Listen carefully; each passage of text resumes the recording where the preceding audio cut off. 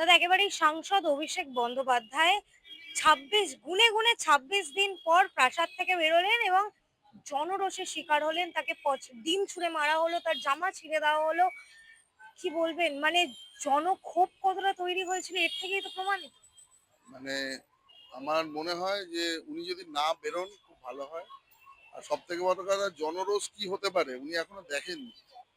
এই ধরনের ঘটনাকে আমি অ্যাজ এ রাজনীতিবিদ সমর্থন করছি না, কিন্তু একই সাথে মানে উনি মানুষের সাথে যা যা করেছেন সেখান থেকে ক্ষমার মানুষ যদি করে দেয় সেটাই ওনার জন্য অনেক হবে। ওনারা যা যা করেছেন, যত ধরনের দুর্নীতি করা যায়, যত ধরনের অত্যাচার করা হয় যায়, নারী নির্যাতন করা যায়, সবকিছু তো করেছেন। মানুষকে ভোট দিতে দেন দীর্ঘদিন ধরে ডায়মন্ড হারবার মডেল বানিয়ে রেখেছেন। দেখেছেন যে মানুষ রাজনীতিতে শেষ কথা বলে, সবার উপরে মানুষ সত্য, তার উপর না। তাকে বারংবার চোর চোর বলা হচ্ছে, তিনি বলছেন আমি হেলমেট পরেছিলি বলে নাহলে আমার মাথাটা দুটুকরো হয়ে যেতে না, আমি পারে। এরকম কোনো ইনসিডেন্ট দেখিনি, কিন্তু ওনার মাথায় আঘাত করেছে। হয়তো প্রতিবাদের ভাষা যেটা ছিল ডিম বা অন্যান্য কিছু হয়তো দেখেছি যেটা ভিডিওতে, বাট এরকম মাথায় হিট করেছেন বলে আমি দেখিনি, যেটা দেখিনি বলতে পারবো না। আর দু নম্বর কথা হচ্ছে যে আহ, ওনার উচিত ছিল ভালো করে আগে বেরোনোর আগে ওনার উপরে মানুষ কিভাবে ক্ষেপে রয়েছে। উনি পাড়াতেও যদি এমনিতে যদি কোথাও চায়ের দোকানে যান, সেখানেও দেখবেন একই ঘটনা ঘটছে। তো এতদিনের এত ক্ষোভ মানুষের, এত চুরি, লক্ষ লক্ষ কোটি টাকা চুরি, স্বাভাবিক ঘটনা। মানুষকে নিয়ে খেলেছেন, মানুষ আজকে তার জবাব দিচ্ছে। দাদা অভিষেক বন্দ্যোপাধ্যায় বলছে একটা কালো স্করপিও এসছিল সেখানে, এবং সেটা কোনো বিধায়কের, কোন বিধায়ক নাম বলেনি, কোনো বিধায়কের আত্মসহায়ক বা তার ঘনিষ্ঠ কেউ, সমস্ত ভিডিও আছে, সবকিছু কোর্টে দেখাবো। দেখা, অসুবিধার কিছু নেই। যখন আছে বলেছেন দেখা, কি অসুবিধার কিছু। আমাদের এরকম কোনো ঘটনা আমার তো জানা নেই। এবার অন্য কোনো বিধায়কের এসে থাকলে ওনার কাছে যদি ডকুমেন্টারি এভিডেন্স থাকে দেখাতেই পারে। কিন্তু বিজেপির পক্ষ থেকে আক্রমণ করা হচ্ছে, তিনি অভিযোগ করছেন এটা।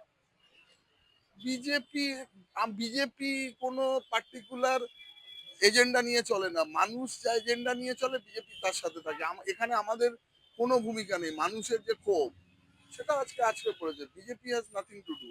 আমরা কোনোভাবে কাউকে জীবনে বলিও নি, এবং আমাদের নীতির এটা বিরুদ্ধে, আমরা এতে সমর্থন করি। পুলিশ বা কেন্দ্রীয় বাহিনী ছাড়া তিনি বেরোবেন না ঘর থেকে। এতদিন তো ডায়লগ দিয়েছেন, কেন্দ্রীয় বাহিনীকে নিয়ে অনেক কথা বলেছেন। কেন্দ্রীয় বাহিনী যে কতটা দরকারি, এবং যাদেরকে এইভাবে প্রোটেকশন এতদিন কেন্দ্রীয় বাহিনী দিয়েছেন, কেন্দ্রীয় বাহিনীর নামে যা খুশি তাই বলেছেন মমতা ব্যানার্জি। তারপরে তাদের বর্ডার ফেন্সিং করতে দেয়নি বিএসএফ কে, বিএসএফ এবং তাদের এগেন্সে কেস করেছেন।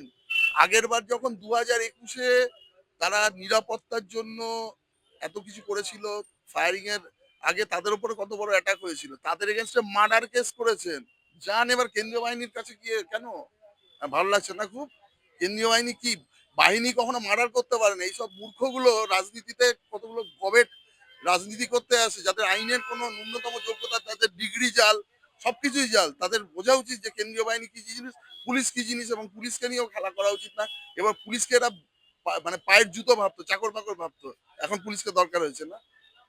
পুলিশ কেন এই পুরো ঘটনাটা আর কি ফায়ার করছিল? কুণাল ঘোষ ফেসবুকে পোস্ট করেছে, পুলিশ কি করছিল? পুলিশ পুলিশের কাজ অতি অবশ্যই করছে বা করবে, ওটা নিয়ে কুণাল ঘোষকে ভাবতে হবে না। কুণাল যখন মমতা ব্যানার্জি পুলিশ ছিল তখন কুণাল ঘোষকে তো প্রতিদিন ওই ড্রামবাজি গাড়ির মধ্যে মানে ওখানে পালিশ করতো। তো সেটা উনি তো অনেক কিছু বলেছেন। এবার ওটা নিয়েও নিশ্চয়ই সারদা কেসে ওটা নিয়েও তদন্ত আওতার মধ্যে আসবে বা ওগুলো হবে। তো উনি ওটাকে জিজ্ঞেস করুক না, মমতা ব্যানার্জি যখন ওই ইয়েতে গাড়ির মধ্যে পুলিশকে দিয়ে ওই বিভিন্ন আওয়াজ করতো, ভিতরে কি হতো, ওনার সাথে কি হতো, প্রথমে হোক না, ওটা নিয়ে তদন্ত হোক। দাদা প্রথমবার নির্বাচনে হেরে প্রথমবার অভিষেক বন্দ্যোপাধ্যায়ের কর্মসূচি এই ফলাফল, মমতা বন্দ্যোপাধ্যায় 2 তারিখ ধর্মতলায় ধর্ণা দেবেন বিরোধী নেত্রী হিসেবে, কি হতে পারে? মানে আমার ওনার প্রতি করুণা হচ্ছে। ওই যে ধর্মতলা যদি অব্দি উনি পৌঁছতে পারেন সেটাই অনেক। মানে কত কিছু করেছেন মানুষ, আপনাদের জন্য অনেক, তার অনেক কিছুর জন্য অপেক্ষা করতে হবে আপনাদের।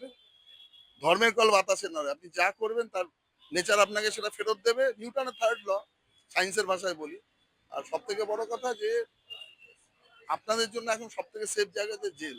জেলে থাকলে আমার মনে হয় মানুষের এই যে ক্ষোভটা কিছুদিনের মধ্যে হয়তো কিছুটা প্রশমিত হবে।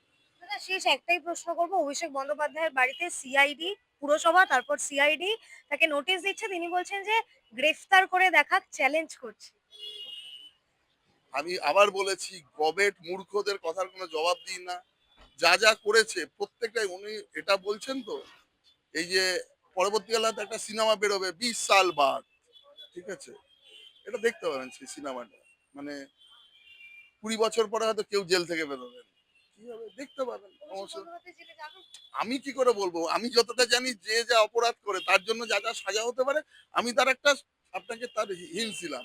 পাবলিক প্রপার্টি যদি কেউ চুরি করে বা মিস অ্যাপ্রোপ্রিয়েশন করে, তার ১০ বছর থেকে লাইফ আর অব্দি সাজা থাকে। সেজন্য আমি বললাম যে একটা সিনেমা হতে পারে ২০ সাল বাদ।